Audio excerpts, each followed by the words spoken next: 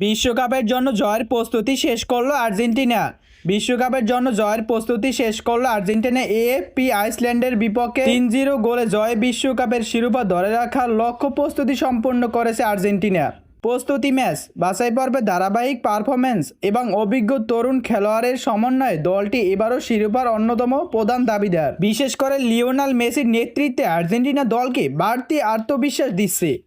অপেক্ষা শুধু আসল মঞ্চে জ্বলে ওঠার। সেই লড়াই শুরু হওয়ার আগে আর্জেন্টিনার প্রস্তুতি পর্বটা তলিয়ে দেখা যাক। লম্বা সময় হতাশার পর সাফল্যের পথে আর্জেন্টিনার যাত্রাটা শুরু হয় 2021 সালে কোপা আমেরিকা দিয়ে।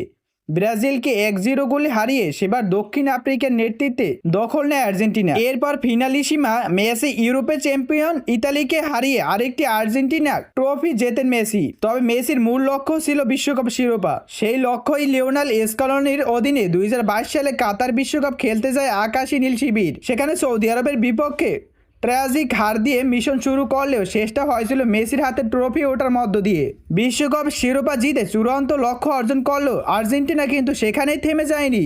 বিশ্বকাপের পরের সময়টা তো আর্জেন্টিনার জয়ের খুদ একটুও কমেনি, যার প্রমাণ 2026 বিশ্বকাপ বাছাই পর্ব এবং 2024 সালে কোপা আমেরিকা দলটির পারফরম্যান্স।